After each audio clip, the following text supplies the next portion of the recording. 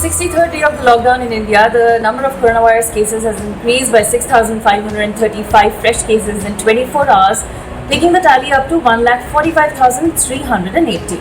Now, in a big development yesterday, the domestic flights had resumed, however, amid some chaos at some big airports like Delhi, Bengaluru, Hyderabad and Kochi. At least 82 flights had been cancelled, and the passengers say that they were not informed beforehand by the airlines, so there was some confusion at the airports on day one. This is because some of the states had curtailed their flights according to their own guidelines to deal with the coronavirus and the lockdown. States like West Bengal are yet to resume flights. Maharashtra has limited the number of flights. So because of this, there was some miscommunication and passengers had reached airports although their flights were not to take off on day one. All major airlines had operated 30% of their regular schedules between destinations, and all of them had strictly abided by safety protocols. The Civil Aviation Minister Hardeep Singh Puri yesterday tweeted that at least 532 flights had taken to the skies after 2 months of flight suspensions. 39,231 passengers had flown yesterday, that is day one. And Andhra Pradesh, of course, is set to resume operations from today, and West Bengal is set to resume operations from 28th of May. And the Indian Council of Medical Research, which is the nodal body that's fighting the coronavirus pandemic in India, has reconfirmed and once again found in a study that the rate of transmission of the coronavirus is much higher amidst close contacts.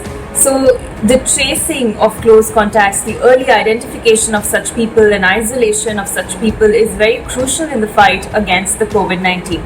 Also, physical distancing, personal hygiene and infection control becomes very necessary to fight this disease.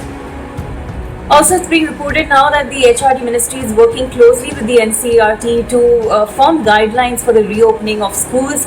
It's very likely that older students, those studying in classes 9th and higher, will be joining school first, and those in junior classes will probably not be going back to school at least in the next 3 months. This is what reports are saying. Of course, final guidelines will be out as and when the HRD Ministry sees fit, as and when the Home Ministry sees fit that schools be reopened.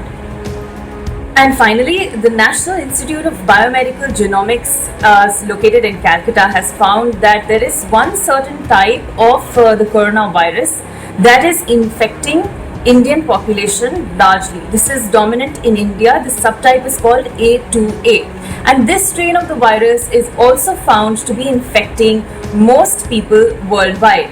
Now, why is it important to know which is the dominant strain that is infecting our population here is because this helps in making vaccines. This helps in tracing and tracking the future trajectory of the virus. This will assist, it's crucial information in disease monitoring as well.